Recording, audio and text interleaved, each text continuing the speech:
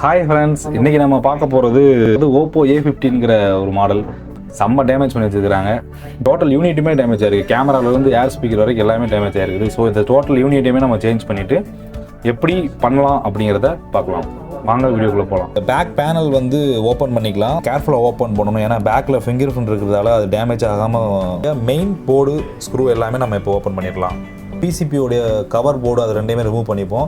So அது வந்து ஃப்ரேமை cover பண்ணி ஒரு லேயராக தான் கொடுத்துருப்பாங்க. போர்டு காம்போனண்ட்டை ரிமூவ் பண்ணுறதுக்கு வந்து பிளாஸ்டிக் டூல் யூஸ் பண்ணால் சேஃப்டியாக இருக்கும். ஸ்டிக்கரை யூஸ் பண்ணியே வந்து நம்ம பேட்டரியை ரிமூவ் பண்ணிக்கலாம். இது டிஸ்பிளே வந்து அப்படியே ஸ்மூத்தாக நம்ம ஓப்பன் பண்ணி எடுத்துப்போம்.